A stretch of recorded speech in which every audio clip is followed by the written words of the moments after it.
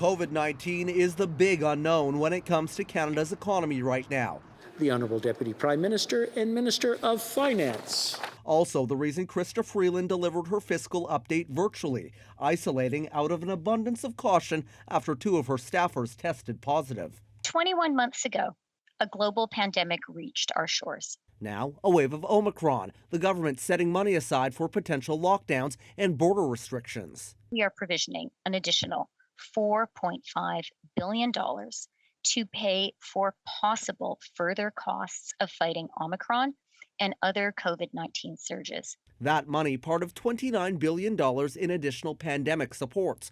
It includes $7 billion for vaccines and PPE, $1.7 billion for more rapid tests, $2 billion toward new treatments for COVID-19. With many return to office plans on hold, an extension of the tax deduction for home office expenses, now increased to $500.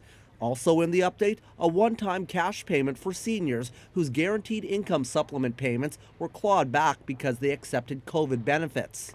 Canada has largely recovered from the economic damage inflicted by COVID-19. While strong job growth and revenues have helped the economy overall and the deficit is down slightly, the pain of inflation at grocery stores and gas pumps is palpable.